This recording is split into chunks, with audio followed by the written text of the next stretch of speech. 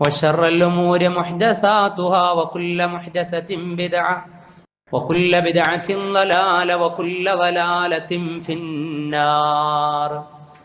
يا أيها الذين آمنوا اتقوا الله حق تقاته ولا تموتن إلا وأنتم مسلمون.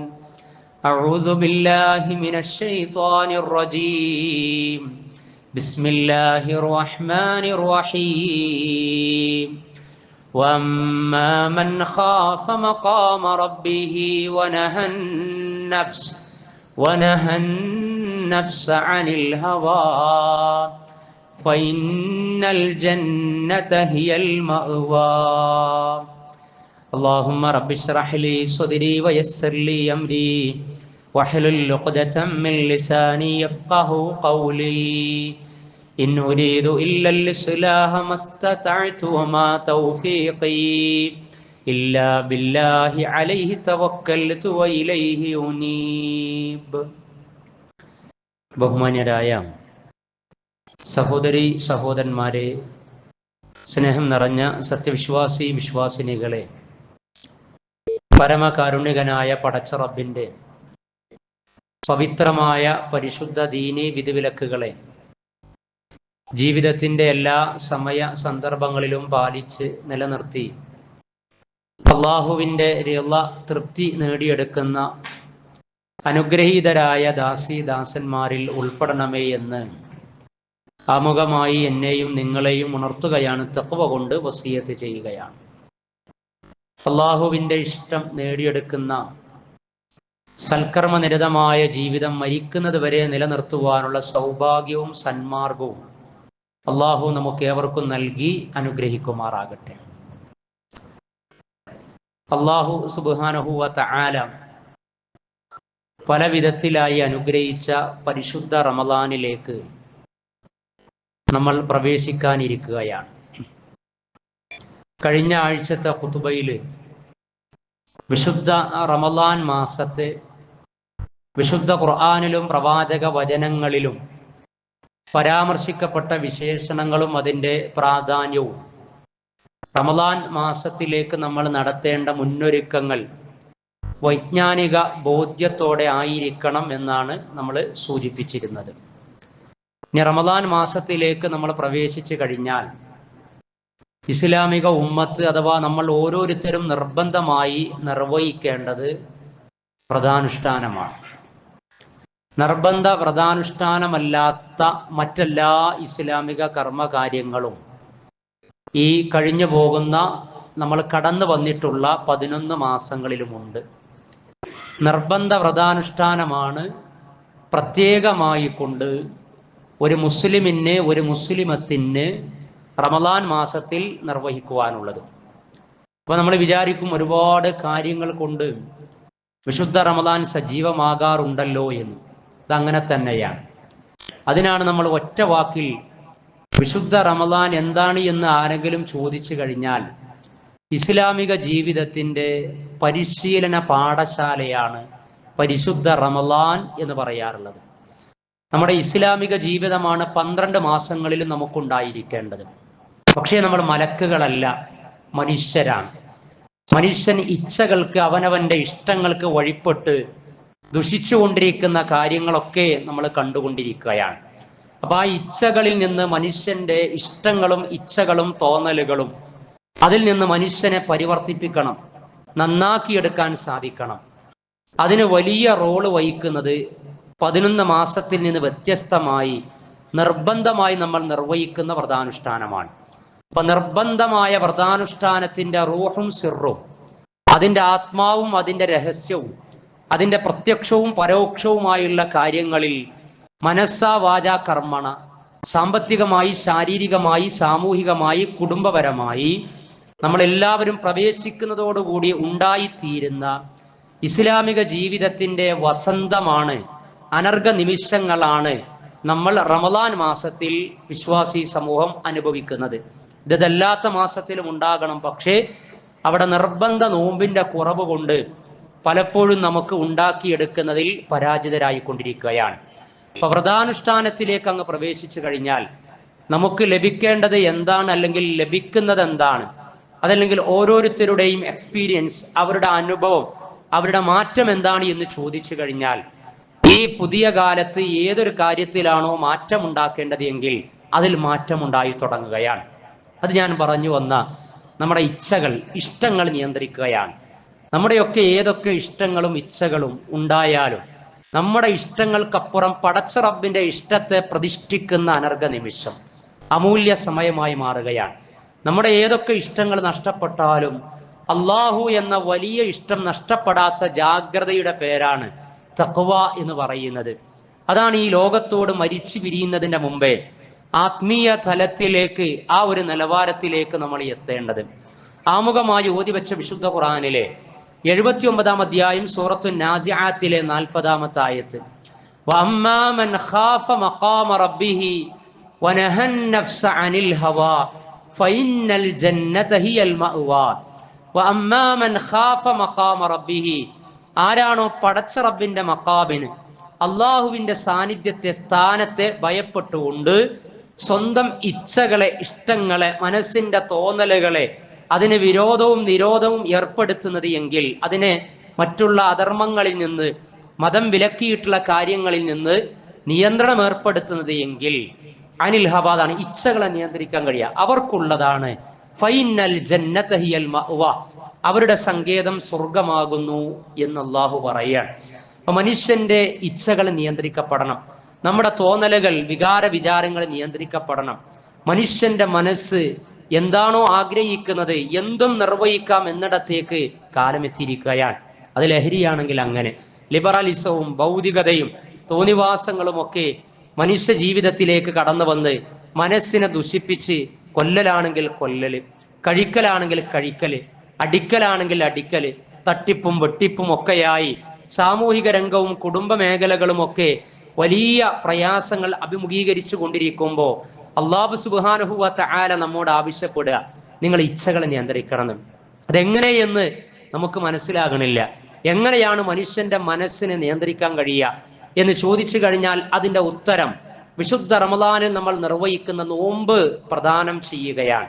വിശുദ്ധ ഖുർആനിലെ 2-ാം അധ്യായം സൂറത്തുൽ ബഖറയിലെ 183-ാമത്തെ ആയത്ത്, യാ അയ്യുഹല്ലദീന ആമനൂ കുതിബ അലൈക്കുമുസ് സിയാമു കമാ കുതിബ അലല്ലദീന മിൻ ഖബ്ലികും ലഅല്ലകും തത്തഖൂൻ. യാ അയ്യുഹല്ലദീന ആമനൂ, അല്ലയോ സത്യവിശ്വാസികളെ, കുതിബ അലൈക്കുമുസ് സിയാം, നിങ്ങൾക്ക് മേൽ നോമ്പ് നിർബന്ധമാണ്. കമാ കുതിബ അലല്ലദീന മിൻ ഖബ്ലികും, നിങ്ങളുടെ മുൻഗാമികൾക്ക് നോമ്പ് നിർബന്ധമാക്കപ്പെട്ടതുപോലെ നിങ്ങൾക്കും നോമ്പ് നിർബന്ധമാണ്. എന്തിനാണ് നോമ്പ് അനുഷ്ഠിക്കുന്നത്? ഉപവസിക്കുന്നതിന്റെ ലക്ഷ്യം എന്താണ്?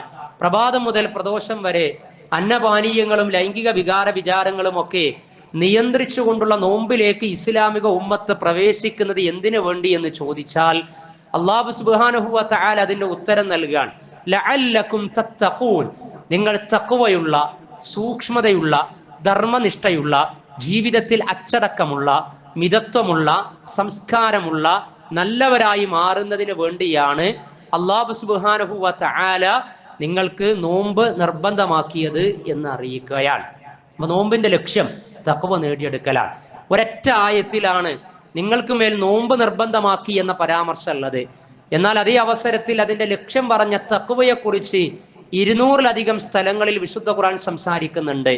അഥവാ ഒരൊറ്റ തവണ പറഞ്ഞ നോമ്പ്, ആ ആഹ്വാനം ഇസ്ലാമിക ഉമ്മത്ത് സ്വീകരിച്ചു. എന്നാൽ 200-ലധികം തവണ പറഞ്ഞ അതിന്റെ ലക്ഷ്യം തഖ്വയിലേക്ക് എത്തിച്ചേരുന്നതിന് പലപ്പോഴും തളർച്ചകളും പതർച്ചകളും സംഭവിക്കുന്നുണ്ട്. അതുകൊണ്ടായിരിക്കാം തഖ്വ നേടിയെടുക്കേണ്ട, ലക്ഷ്യത്തിലെത്തേണ്ട തഖ്വയെക്കുറിച്ച് പിന്നീട് പല കാര്യങ്ങളും സൂചിപ്പിക്കുന്നതിനിടക്ക് ആവർത്തിച്ച് അല്ലാഹു സുബ്ഹാനഹു വ തആല അറിയിച്ചിട്ടുള്ളത്. എന്താണ് തഖ്വ എന്ന് പറഞ്ഞാൽ? അല്ലാഹു സുബ്ഹാനഹു വ തആല ഇഷ്ടപ്പെടുന്ന, അവൻ നിശ്ചയിച്ചു തന്നിട്ടുള്ള എന്തൊക്കെ നന്മകളുണ്ടോ അത് നിർവഹിക്കലാണ്. അള്ളാഹു വിലക്കിയിട്ടുള്ള തിന്മകൾ ചെറുതോ വലുതോ ആകട്ടെ അതിൽ നിന്ന് മാറി നിൽക്കലാണ് ധർമ്മനിഷ്ഠ എന്ന് പറയുന്നത്. ആ മാറി നിൽക്കുവാനുള്ള പ്രേരണ റബ്ബ് നമ്മെ നിരീക്ഷിക്കുന്നുണ്ട് എന്ന ബോധത്തിൽ നിന്നുണ്ടാകണം. അതാണ് തഖ്വയുള്ളവരാകുക, മുത്തഖിയായി മാറുക എന്ന് പറയുന്നത്. വിശുദ്ധ ഖുർആനിലെ 89-ാം അധ്യായം സൂറത്തുൽ ഫജ്റിലെ 14-ാമത്തെ ആയത്തിൽ ഇന്ന റബ്ബക ലബിൽ മിർസാദ്, തീർച്ചയായും നിന്റെ റബ്ബ് നിന്നെ സദാസമയം വീക്ഷിക്കുന്നവനാണ്, കണ്ടുകൊണ്ടിരിക്കുന്നവനാണ് എന്ന് പറയാൻ. അപ്പൊ ഇത് റമദാൻ അല്ലാത്ത കാലത്ത് നമുക്കറിയാം അള്ളാഹു നമ്മെ കണ്ടുകൊണ്ടിരിക്കുന്നുണ്ട്. അള്ളാഹു നമ്മൾ പറയുന്നതെല്ലാം കേൾക്കുന്ന സമീആൻ. അള്ളാഹു നമ്മൾ നിർവഹിച്ച് ചെയ്തുകൊണ്ടിരിക്കുന്ന കാര്യങ്ങളെല്ലാം അറിയുന്ന അലീമാണ്. അള്ളാഹു എല്ലാം കാണുന്ന ബസീറാൻ.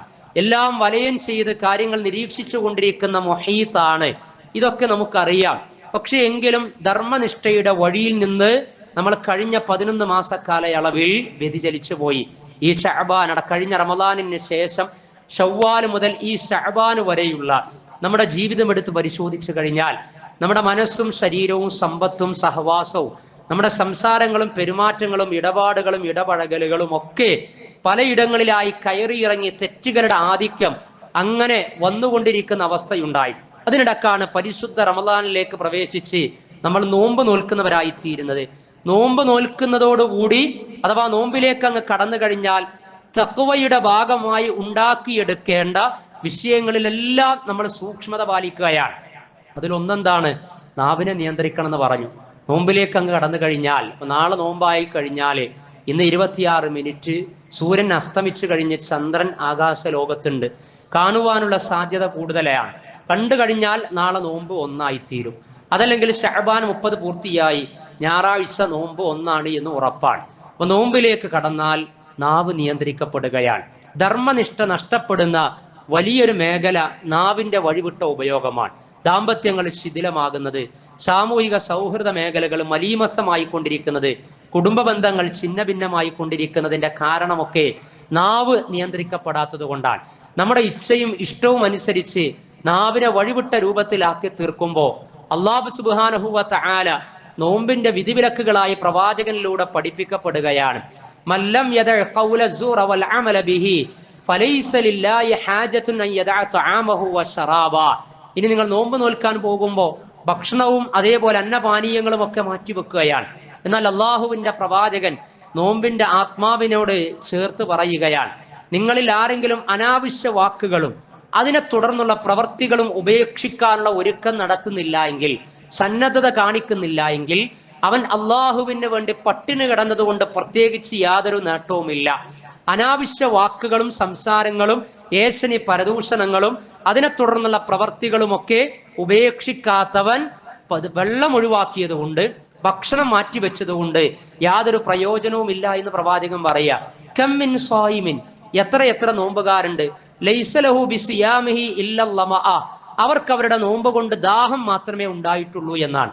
അല്ലാഹു സുബ്ഹാനഹു വ തആല നമ്മെ സംരക്ഷിക്കുമാറാകട്ടെ. അപ്പൊ നാവിനെ നമ്മൾ നിയന്ത്രിക്കണം. നാവിനെ നിയന്ത്രിക്കുക എന്ന് പറഞ്ഞാൽ സംസാരത്തിൽ സംസ്കാരമുള്ളവരായി തീരുക. കെൽമുൽ ലിസാൻ മിൻ അൻകാ കെൽമിസ്സിനാൻ, നാവ് കൊണ്ടുള്ള മുറിവ് പല്ലുകൊണ്ടുള്ള മുറിവിനേക്കാൾ മുറിപ്പെടുത്തുന്നതാണ്. നാവ് കൊണ്ടുള്ള മുറിവാണ് പല്ലുകൊണ്ടുള്ള മുറിവിനേക്കാളും വേദനിപ്പിക്കുന്നത്. പറഞ്ഞ വാക്കും എറിഞ്ഞ കല്ലും തിരിച്ചെടുക്കാൻ സാധ്യമല്ല ഇത് നമ്മൾ പറയാറുണ്ട്.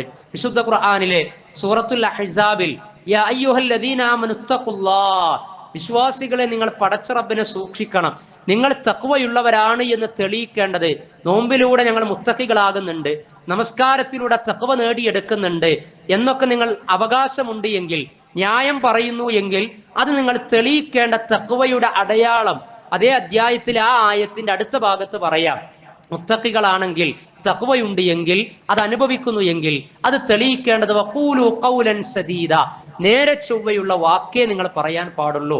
സംസാരത്തിൽ നിങ്ങൾ മിതത്വം പാലിക്കണം, സംസാരത്തിൽ നിങ്ങൾ സംസ്കാരം കാണിക്കണം എന്ന് പറയാൻ. അപ്പൊ നോമ്പിലേക്ക് പ്രവേശിച്ചാൽ, നോമ്പുകാരായി കഴിഞ്ഞാൽ, ആരെങ്കിലും ശണ്ട കൂടാൻ വന്നാൽ, ആരെങ്കിലും ഏതെങ്കിലും രൂപത്തിൽ പ്രകോപനത്തിന് വന്നു കഴിഞ്ഞാൽ പ്രവാചകൻ സല്ലല്ലാഹു അലൈഹി വസല്ലം പറഞ്ഞത് ഇന്നി സ്വായിം, ഞാൻ നോമ്പുകാരനാണ് എന്ന് പറഞ്ഞേക്കണമെന്നാണ്. നമ്മുടെ നോമ്പിന് ഒരു തരത്തിലും പോറലേൽക്കാത്ത വിധത്തിലുള്ള നിലപാട് സംസാര വിഷയത്തിൽ, പെരുമാറ്റത്തിലൊക്കെ സ്വീകരിക്കപ്പെടണം.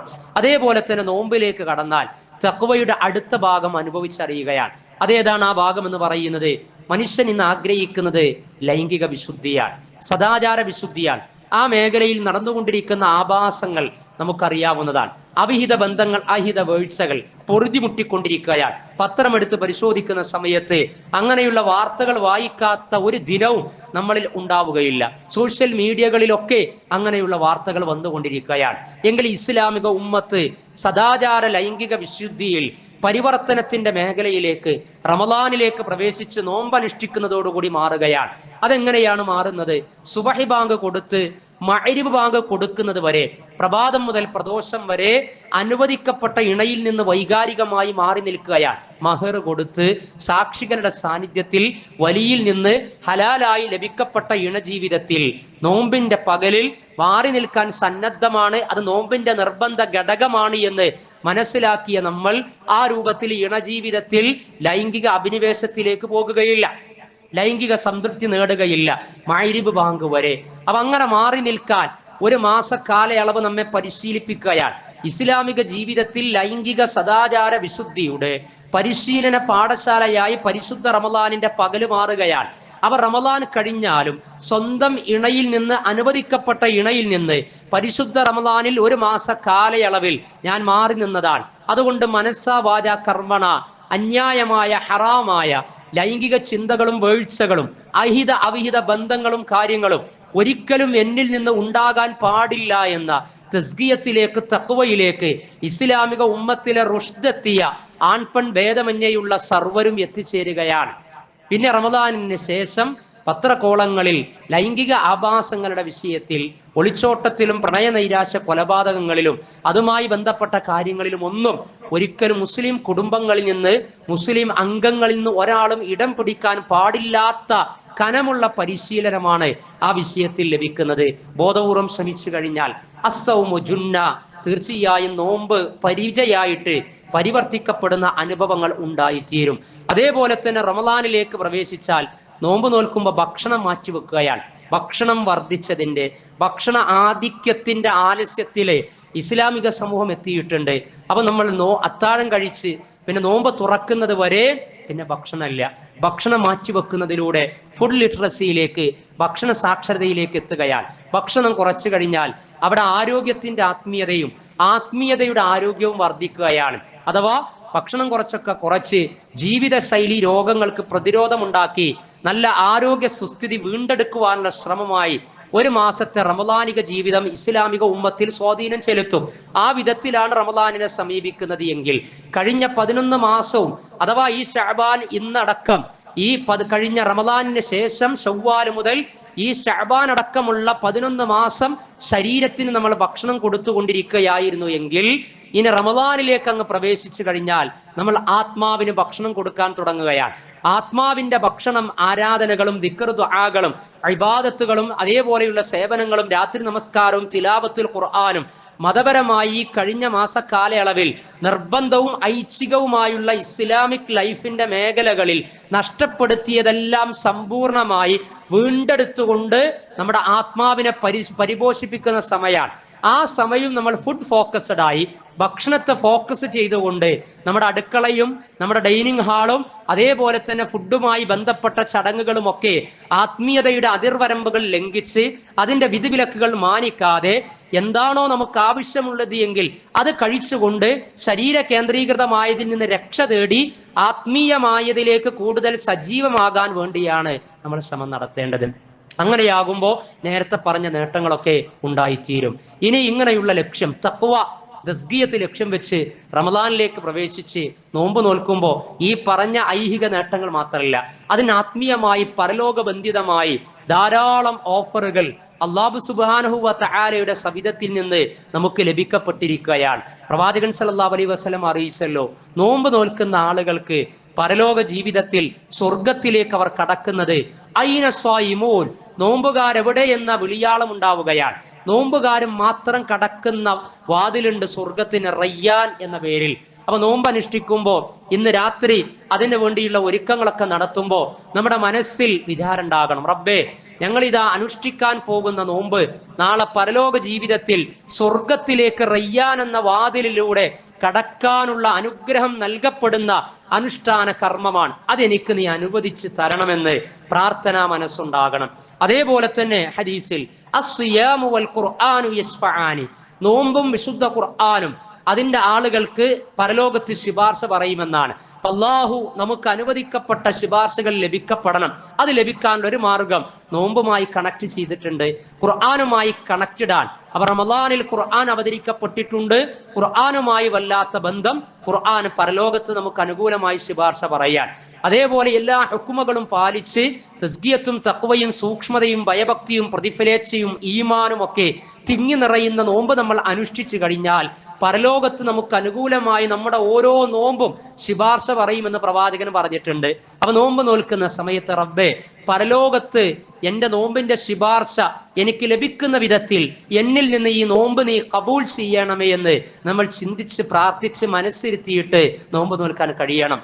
അതേപോലെ തന്നെ നോമ്പ് നോൽക്കുന്നതിലൂടെ 70 വർഷത്തെ വഴിദൂരം നരകത്തിൽ നിന്ന് മാറ്റി നിർത്തപ്പെടുകയാണ്. 70 വർഷത്തെ വഴിദൂരം ഒരു നോമ്പിലൂടെ നരകത്തിൽ നിന്ന് രക്ഷ ലഭിക്കുന്നു, മോചനം ലഭിക്കുന്നു. നരകത്തിൽ നിന്നത് പ്രതിരോധവും പ്രതിബന്ധവുമായി തീരുന്നു എങ്കിൽ അള്ളാഹുവേ, ഞാൻ ഇന്ന് നോറ്റ നോമ്പിലൂടെ 70 വർഷം നരകത്തിൽ നിന്ന് മാറ്റി നിർത്തപ്പെടുന്നവരിൽ എന്നെ നീ ഉൾപ്പെടുത്തണമെന്ന് ചിന്തിക്കേണ്ടതുണ്ട്.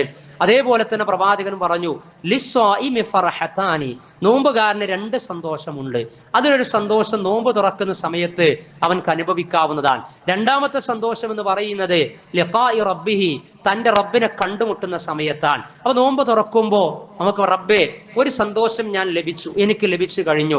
രണ്ടാമത്തെ സന്തോഷമാണ് എൻ്റെ മനസ്സിന്റെ അദമ്യമായ ആഗ്രഹം, അത് ലഭിക്കപ്പെടുന്ന അനുഗ്രഹീതരിൽ പരലോകത്ത് നിന്നെ നേർക്ക് നേരെ കാണുവാനുള്ള അനുഗ്രഹീതമായ അവസരം എൻ്റെ ഈ നോമ്പിലൂടെ എനിക്ക് നീ നൽകണം എന്ന് ചിന്തിക്കണം. പറഞ്ഞു വരുന്നത് അതിൻ്റെ ആ സ്പിരിച്വാലിറ്റി, നോമ്പിന്റെ ആത്മീയത, പരലോകബന്ധിതമായിട്ടുള്ള അനുഗ്രഹീത നിമിഷങ്ങൾ, താല്പര്യങ്ങൾ, നിയ്യത്തുകൾ, വിചാരങ്ങൾ, പ്രാർത്ഥന മനസ്സ് ഓരോ ദിവസത്തെ നോമ്പിലും ഈ നോമ്പെന്ന കർമ്മം അനുഷ്ഠാനം നിർവഹിക്കുന്ന സമയത്ത് ഉണ്ടായിരിക്കണം. അതേപോലെ തന്നെ പ്രവാചകൻ പറഞ്ഞു, മടക്കപ്പെടാത്ത പ്രാർത്ഥനയാണ് നോമ്പുകാരന്റെ പ്രാർത്ഥന എന്ന് പറയുന്നത്. പല വിഷയങ്ങളിലും നമുക്ക് പ്രാർത്ഥനകൾ നിർവഹിക്കാനുണ്ട്, അള്ളാഹുവിനോട് ചോദിച്ചു വാങ്ങാനുണ്ട്.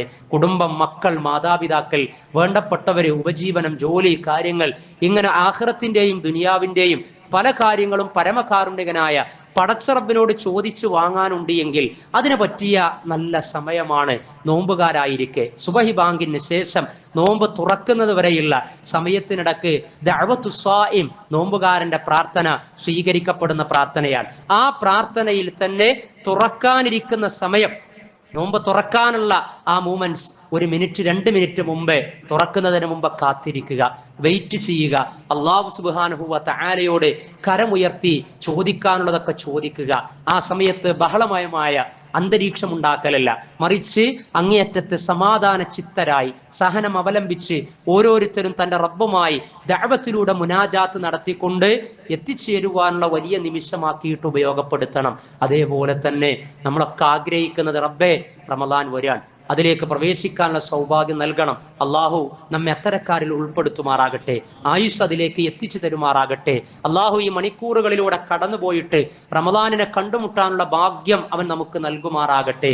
അങ്ങനെ പ്രവേശിച്ചാൽ നമ്മളൊക്കെ ആഗ്രഹിക്കുന്നത് പാപത്തിന്റെ പരിവാരങ്ങളെ റമളാനാകുന്ന പരിശുദ്ധിയുടെ പരിച കൊണ്ട് പരാജയപ്പെടുത്തി മനുഷ്യനായി മാറാൻ, ആദിമ വിശുദ്ധിയിലേക്ക് മടങ്ങാനാണ് നമ്മളെല്ലാം ആഗ്രഹിക്കുന്നത്. അതും റമളാനിന്റെ ഓഫറായി അല്ലാഹു സുബ്ഹാനഹു വ തആല നോമ്പിലൂടെ നിശ്ചയിച്ചു തന്നിട്ടുണ്ട്. പാപമോചനം, മനസ്സിനെ വിമലീകരിക്കൽ, തെറ്റുകുറ്റങ്ങൾ പൊറുക്കപ്പെടുന്ന അവസ്ഥകൾ. മൻ സോമ റമളാന ഈമാനം വഹ്തിസാബ ഗുഫിറ ലഹു മാ തഖദ്ദമ മിൻ ദംബിഹി, ആരാണോ പ്രതിഫലേച്ഛയോടെ വിശ്വാസ ദൃഢതയോടെ നോമ്പ് അനുഷ്ഠിക്കുന്നത് എങ്കിൽ ഗുഫിറ ലഹു മാ തഖദ്ദമ മിൻ ദംബിഹി, മുൻകഴിഞ്ഞ എല്ലാ പാപങ്ങളും അല്ലാഹു സുബ്ഹാനഹു വ തആല പൊറുത്തു തരുന്നതാണ് എന്ന്. സംസ്കരിക്കപ്പെട്ട സമ്പൂർണനായ പടച്ചറബിന്റെ ദീനിന്റെ വിധിവിലക്കുകൾ സർവ്വതും പാലിക്കാൻ പാകത്തിലുള്ള ദീനീ ജീവിത പരിശീലനത്തിലേക്ക് നമ്മളിതാ പ്രവേശിക്കാനിരിക്കുകയാണ്. ആ പ്രവേശനത്തിൽ നമ്മൾ അനുഷ്ഠിക്കുന്ന നോമ്പിന്റെ ഐഹികവും ആത്മീയവും പാരത്രികവും ദുനിയാപരവുമായിട്ടുള്ള സർവ്വസാധ്യതകളെയും വിഭവങ്ങളെയും ഒക്കെ വരുതിയിൽ വരുത്താനും അത് നേടിയെടുക്കാനുമുള്ള വൈജ്ഞാനിക ബോധ്യത്തോടെ, ആ ഒരു പ്രതിബദ്ധതയോടെ റമളാനിലേക്ക് പ്രവേശിക്കണം, നോമ്പ് അനുഷ്ഠിക്കണം. അല്ലാഹു സുബ്ഹാനഹു വ തആല അനുഗ്രഹം ചൊരിയുമാറാകട്ടെ.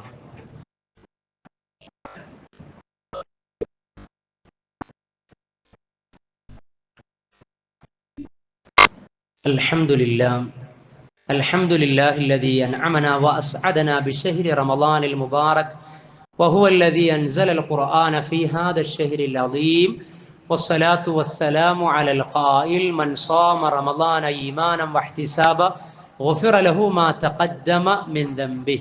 സ്നേഹം നിറഞ്ഞ സഹോദരി സഹോദരന്മാരെ, സത്യവിശ്വാസി വിശ്വാസിനികളെ, അള്ളാഹുവിൻ്റെ വിധിവിലക്കുകൾ ജീവിതത്തിൻ്റെ എല്ലാ സന്ദർഭങ്ങളിലും പാലിച്ചുകൊണ്ട് അവൻ ഇഷ്ടപ്പെടുന്ന വിനീത വിധേയരായ അടിമകളിൽ ഉൾപ്പെട്ട് ഈ ലോകത്തോട് വിട പറയാനുള്ള മഹാഭാഗ്യം നേടിയെടുക്കണമേ എന്ന് രണ്ടാമതൊരിക്കൽ കൂടി എന്നെയും നിങ്ങളെയും ഉണർത്തുകയാണ്.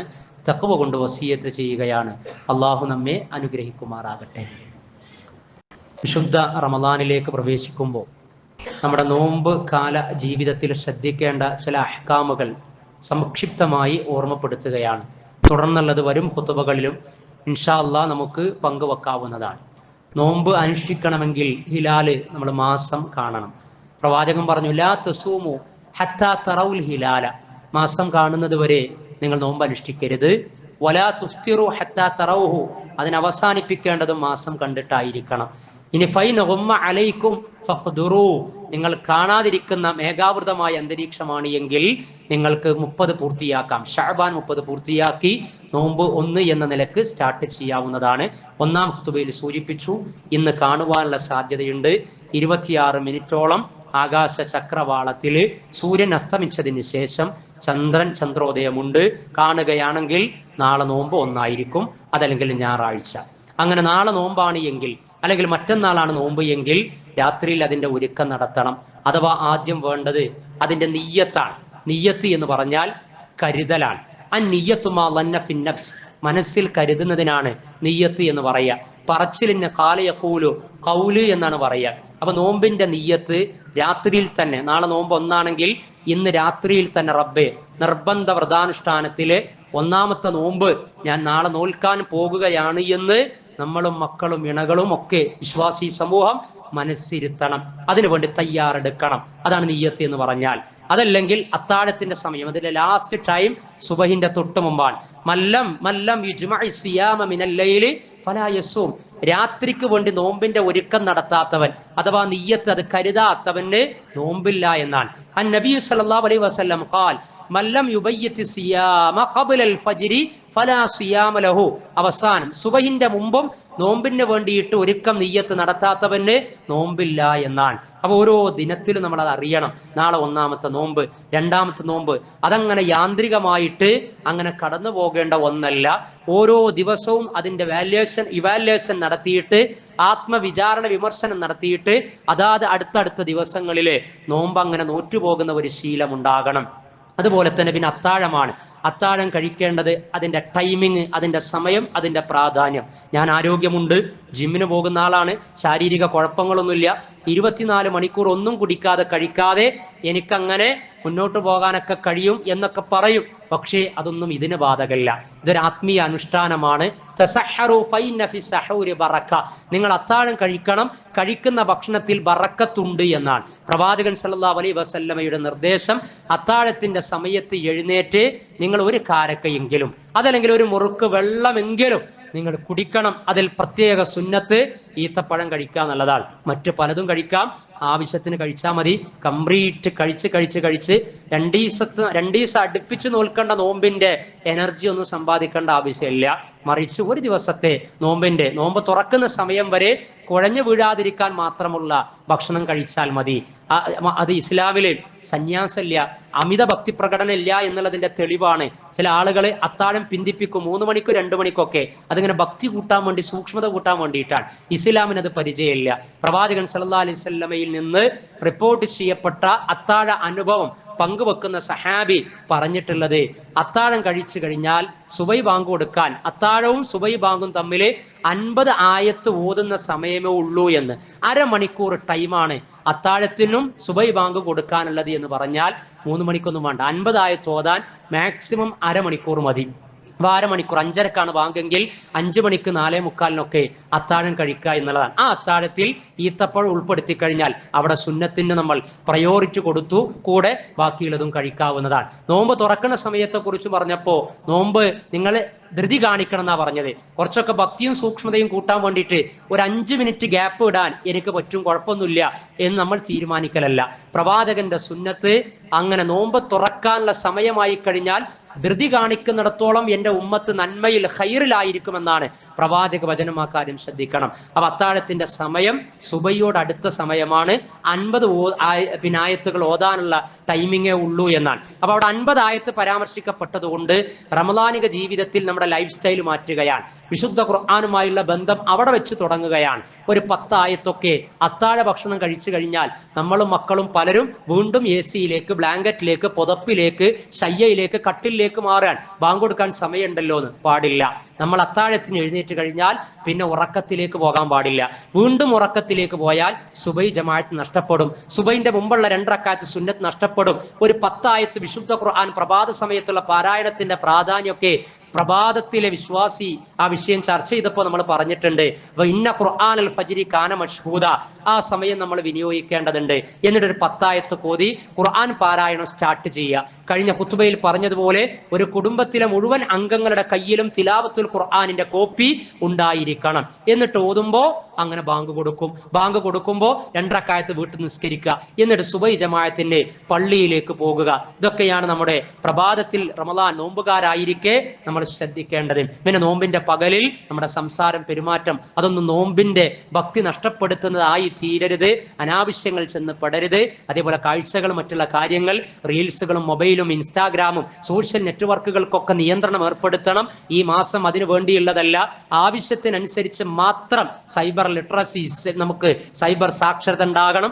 എന്ത്, എവിടെ, എങ്ങനെ ഉപയോഗിക്കണം എന്നതിനെ കുറിച്ച് കാഴ്ചപ്പാടുണ്ടാകണം. മക്കൾക്ക് നിയന്ത്രണം ഏർപ്പെടുത്തണം. പുതിയ കാലത്ത് കണ്ടുകൊണ്ടിരിക്കുന്ന കൊലപാതകങ്ങളും അതുമായി ബന്ധപ്പെട്ട സാമൂഹിക അരാജകത്വങ്ങളിലേക്കൊക്കെ നയിക്കുന്നത് ഈ സ്ക്രീൻ ഏജായിട്ട് തലമുറകൾ മാറിക്കൊണ്ടിരിക്കുകയാണ്. റീൽസിലൂടെ, സിനിമകളിലൂടെ, കാഴ്ചകളിലൂടെ കണ്ടുകൊണ്ടിരിക്കുന്നത് അവർ പ്രാവർത്തികമാക്കാനുള്ള ടെൻഡൻസി ഉണ്ടാകുകയാണ്. കൊട്ടേഷൻ സംഘങ്ങളെ ഏൽപ്പിച്ച് ഒരു മാസം കൊണ്ട് 4 or 5 ആളുകളെ കൊന്നു തീർക്കണമെന്ന് കൊട്ടേഷൻ സംഘത്തിന് ഏൽപ്പിക്കുന്ന ഡ്യൂട്ടിയൊക്കെ നമ്മളുടെ മക്കള് ഒരു ദിവസം കൊണ്ട് 11 മണിക്ക് ആരംഭിച്ച കൊലപാതകം വൈകുന്നേരം ആകുമ്പോഴേക്ക് സ്വന്തം കുടുംബത്തിലെ 5 ആളുകളെ ചുറ്റിക കൊണ്ട് തലക്കടിച്ച് അങ്ങനെ കൊന്നു കളയുന്നതിലേക്ക് എത്തി എന്ന് പറഞ്ഞാൽ എവിടേക്കാണ് ഈ സമൂഹം പോയിക്കൊണ്ടിരിക്കുന്നത്?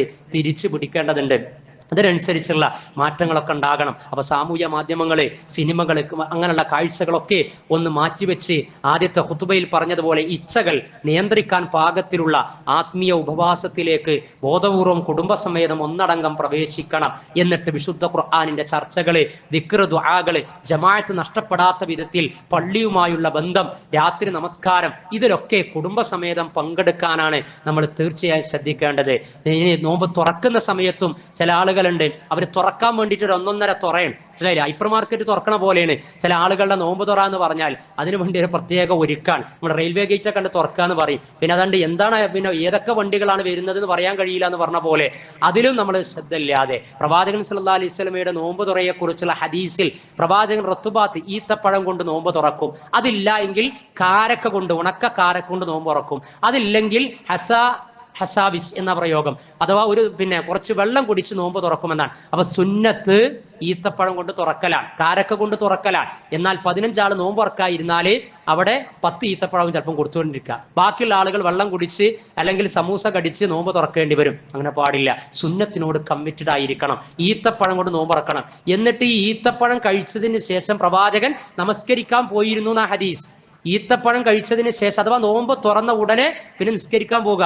ഏതാണ് ആ നമസ്കാരം? മഗ്‌രിബ് നിസ്കാരം. നമ്മൾ നോമ്പ് തുറന്നിട്ട് മഗ്‌രിബിന്റെ ജമാഅത്ത് നഷ്ടപ്പെടുകയാണ് എങ്കിൽ പിന്നെ നമ്മുടെ നോമ്പ് അതിന് എന്ത് ആത്മാവാണുള്ളത്? നോമ്പ് തുറയിൽ പങ്കെടുക്കുക, നോമ്പ് തുറക്കുക, എന്നിട്ട് നോമ്പിന്റെ മുമ്പ് നിർവഹിക്കേണ്ട നമസ്കാരം 1 ഷഹാദത്ത്, 2 നിസ്കാരം, 3 സക്കാത്ത്, 4 നോമ്പ്, 5 ഹജ്ജ്. 4ാമത്തെ കാര്യം നിർവഹിക്കുന്നവര് സക്കാത്ത് കൃത്യമായിട്ട് കൊടുത്തിട്ടില്ല. കഴിഞ്ഞ കൊല്ലത്തതും ഇക്കൊല്ലത്തും ഒന്നും കാൽക്കുലേഷൻ നടത്തിയിട്ടില്ല. അതേപോലെ തന്നെ നമസ്കാരത്തിന്റെ വിഷയത്തിലും വീഴ്ച വരുത്തുകയാണ് എങ്കിൽ നോമ്പ് മാത്രം തുറന്ന് പുണ്യം നേടിയത് കൊണ്ട് കാര്യമില്ല. ഓർഡർ അനുസരിച്ച് എല്ലാ കാര്യങ്ങളും പരിഗണനയും അതിൻ്റെ സ്ഥാനവും അതിൻ്റെ മുൻഗണനാക്രമവും തെറ്റിക്കാതെ നിർവഹിക്കാൻ കഴിയണം. തൊട്ടടുത്ത് പള്ളി ഇല്ലെങ്കിൽ ഇപ്പൊ എല്ലാ പള്ളികളിലും തുറക്കാനുള്ള അവസരങ്ങൾ ഉണ്ടാകും മിനിമം രൂപത്തിൽ. അങ്ങനെ തുറന്നാൽ മതി, ആരും കുഴഞ്ഞു വീഴൂല. കുറച്ച് ഈത്തപ്പഴം 2-3 ഈത്തപ്പഴം പിന്നെ വെള്ളം കുടിച്ചാൽ തന്നെ മഗ്‌രിബ് നിസ്കരിക്കാനുള്ള ആരോഗ്യമൊക്കെ ഉണ്ടാകും. അപ്പോൾ ആ ജമാഅത്ത് നഷ്ടപ്പെടുത്താതിരിക്കുക. എന്നിട്ട് നിസ്കാരം കഴിഞ്ഞതിന് ശേഷം ബാക്കിയുള്ള ആവശ്യം വരുന്ന ഭക്ഷണം കഴിക്കുക. അത് കംപ്ലീറ്റ് 2-3 സ്റ്റെപ്പ് എടുത്തിട്ട് നോമ്പിന് ഭക്ഷണം കഴിച്ചിട്ട് അവസാനം ഓട്ടോറിക്ഷ വിളിച്ച് രാത്രി നിസ്കാരത്തിന് വേണ്ടി പോകേണ്ട അവസ്ഥ ഉണ്ടാകാൻ പാടില്ല. ഒരു മിനിമം റേഞ്ചിൽ ആക്കി തീർക്കണം നമ്മുടെ ഭക്ഷണം. കൂടുതൽ പ്രാധാന്യം ഇബാദത്തുകൾക്ക് വേണ്ടിയാണ്. അതേപോലെ തന്നെ നോമ്പ് തുറന്നതിന് ശേഷമുള്ള പ്രാർത്ഥന മറക്കരുത്. ദാഹം ശമിച്ചു, ഞരമ്പുകൾ നനഞ്ഞു, അല്ലാഹ് ഉദ്ദേശിച്ചാൽ പ്രതിഫലം ഉറപ്പാക്കി എന്ന പ്രാർത്ഥന തീർച്ചയായിട്ടും നമ്മൾ പ്രാർത്ഥിക്കേണ്ടതുണ്ട്. ആവേശത്തിനിടക്ക്, തുറക്കുന്നതിനിടക്ക് അതിലുള്ള മര്യാദകളും പ്രാർത്ഥനകളും മറന്നു കഴിഞ്ഞാൽ അതൊക്കെ നമ്മുടെ നോമ്പിന്റെ ആത്മാവിന് അതിന്റെ പൂർണ്ണതയെ ബാധിക്കുന്ന കാര്യമാണ്. ഭക്ഷണം കഴിച്ചു കഴിഞ്ഞാൽ അൽഹംദുലില്ലാഹില്ലദീ അത്അമനി വസഖാനി വജഅലനി മിനൽ മുസ്ലിമീൻ പ്രാർത്ഥിക്കേണ്ടവരാണ് നമ്മൾ. അതിനൊന്നും നോമ്പുകാലത്തും ഒഴിവില്ല. അതേപോലെ തന്നെ മഗ്‌രിബിന്റെ ബാങ്ക് കേൾക്കുമ്പോൾ ബാങ്കിന്റെ പദങ്ങൾ അനുസരിച്ച് അതിനും ഇജാബത്ത് കൊടുക്കേണ്ടവരാണ്. തുറക്കുന്ന സമയത്ത് സമാധാനത്തോടു കൂടി തുറക്കുമ്പോൾ ബാങ്ക് കൊടുക്കുമ്പോൾ അതിനും ഇജാബത്ത് കൊടുക്കാൻ കഴിയും. അപ്പൊ അങ്ങനെയൊക്കെ ക്ഷമയുടെ മാസമാണ് റമളാൻ എന്ന് പറയുന്നത്. ആ ക്ഷമ നോമ്പ് തുറക്കലിലും നോമ്പിന്റെ അത്താഴത്തിലും നോമ്പിന്റെ പകൽ സമയങ്ങളിലും രാവുകളിലുമൊക്കെ ആ ഒരു ക്ഷമ സഹന ജീവിതം ഉണ്ടാകണം. അങ്ങനെ ആരാധനകൾക്ക് പ്രാമുഖ്യം കൊടുത്തുകൊണ്ട് ഈ വർഷത്തെ റമളാൻ നമ്മിലും കുടുംബത്തിലും സമൂഹത്തിലും ഇസ്ലാമിക ഉമ്മത്തിന്റെ ഇസ്സത്തും തസ്കിയത്തും തഖ്വയും ഒക്കെ വീണ്ടെടുത്തുകൊണ്ട് മാതൃക ഖൈറു ഉമ്മയായി പരിവർത്തിക്കപ്പെടാനുള്ള ഗോൾഡൻ ചാൻസായി ഉപയോഗപ്പെടുത്തുക. അല്ലാഹു സുബ്ഹാനഹു വ തആല നമ്മെ അനുഗ്രഹിക്കുമാറാകട്ടെ. അല്ലാഹുവേ, വിശുദ്ധ റമളാനിലേക്ക് എല്ലാ ഒരുക്കങ്ങളും നടത്തി അതിൻ്റെ ആത്മീയ നിറവോടെ പ്രവേശിക്കുവാൻ, കാത്തിരിക്കാൻ, അതിലേക്ക് കടക്കുവാൻ ഞങ്ങൾക്ക് നീ തൗഫീക്ക് നൽകണമേ നാഥാ. അല്ലാഹുവേ, ആഫിയത്ത് നീ അനുകൂലമാക്കി തരണമേ റബ്ബേ. പല ആളുകളും പ്രയാസപ്പെട്ട് ശാരീരിക അവശതകളാൽ ഈ റമളാനിനെ പൂർണ്ണാർത്ഥത്തിൽ ഉൾക്കൊള്ളാനും നിർവഹിക്കാനും ആചരിക്കാനും സാധിക്കുമോ എന്ന ആശങ്കയിൽ അല്ലാഹുവേ, അനുഗ്രഹം അവർക്കും ഞങ്ങൾക്കും നീ നൽകണമേ റബ്ബേ. അല്ലാഹുവേ, ഞങ്ങൾ ഇതുവരെ നിർവഹിച്ച എല്ലാ കർമ്മങ്ങളും നീ ഖബൂൽ ചെയ്യണമേ നാഥാ. അല്ലാഹുവേ, നോമ്പ് നിനക്കുള്ളതാണ്, അതിന് നീയാണ് പ്രതിഫലം നൽകുന്നവൻ എന്ന അർത്ഥത്തിലുള്ള ഹദീസ് കേട്ടവരും പരിചയിച്ചവരുമാണ് നാഥാ. അല്ലാഹുവേ, റമളാനിന്റെ ഒരു മാസക്കാലയളവ് സൽക്കർമ്മ നിരതമാക്കിക്കൊണ്ട് മറ്റു മാസങ്ങളിൽ നിന്ന് വ്യത്യസ്തമായി വലിയ പ്രതിഫലം അതുവഴി നേടിയെടുക്കാൻ ശ്രമം നടത്തുന്നവരിൽ, അതിനു വേണ്ടിയിട്ട് സന്നദ്ധത കാണിക്കുന്നവരിൽ ഞങ്ങളെ നീ ഉൾപ്പെടുത്തണമേ റബ്ബേ. അല്ലാഹുവേ, വിശുദ്ധ റമളാനിന്റെ ഈ സമാധാന സഹനത്തിന്റെ അനുഭവങ്ങൾ പലവിധ പ്രയാസങ്ങളാൽ അത് പൂർണ്ണമായി അനുഭവിക്കാൻ കഴിയാത്ത അഭയാർത്ഥികളെ, പലസ്തീൻ സമൂഹം, പരീക്ഷിക്കപ്പെട്ടുകൊണ്ടിരിക്കുന്ന ജനതകൾ, അവർക്കൊക്കെ നീ സാധ്യത, പ്രതീക്ഷ ഈ റമളാനിൽ ഉണ്ടാക്കി കൊടുക്കണമേ നാഥാ. അവരിലൊക്കെ കൊല്ലപ്പെട്ടവർക്ക് നീ ഷഹാദത്ത് പ്രദാനം ചെയ്യണമേ നാഥാ. അല്ലാഹുവേ, ഇസ്ലാമിക ഉമ്മത്തിന് എല്ലാ ഇടങ്ങളിലും റമളാനിക ജീവിതത്തിലൂടെ കൂടുതൽ ചൈതന്യം പ്രദാനം ചെയ്യണമേ റബ്ബേ. അല്ലാഹുവേ, ഞങ്ങളുടെ ഹലാലായ എല്ലാ ഉദ്ദേശ ലക്ഷ്യങ്ങളെയും നീ സഫലമാക്കി തരണമേ. അറിവില്ലായ്മ കൊണ്ട് സംഭവിച്ച അപാകതകളെ നീ പുറത്തു മാപ്പാക്കി തരണമേ. ഞങ്ങളുടെ മരണപ്പെട്ട മാതാപിതാക്കൾ, ബന്ധുമിത്രാദികൾ, അവർക്ക് നീ മഗ്ഫിറത്തും റഹ്മത്തും നൽകി അനുഗ്രഹിക്കണമേ നാഥാ. അല്ലാഹുവേ, ഈ മസ്ജിദുമായിട്ട് സഹകരിച്ച സഹോദരൻ ഓപ്പറേഷന് ശേഷം ട്രീറ്റ്മെന്റിലും വിശ്രമത്തിലുമാണ്, പൂർണ്ണ ശമനത്തിലേക്ക് എത്തിക്കണമേ റബ്ബേ. അല്ലാഹുമ്മ ഗ്ഫിർ ലിൽ മുഅ്മിനീന വൽ മുഅ്മിനാത്ത് വൽ മുസ്ലിമീന വൽ മുസ്ലിമാത്ത് അൽ അഹ്യാഇ മിൻഹും വൽ അംവാത്ത് ഇന്നക മുജീബു ദഅവാതി യാ ഖാദിയൽ ഹാജാത്ത്. റബ്ബനാ ആതിനാ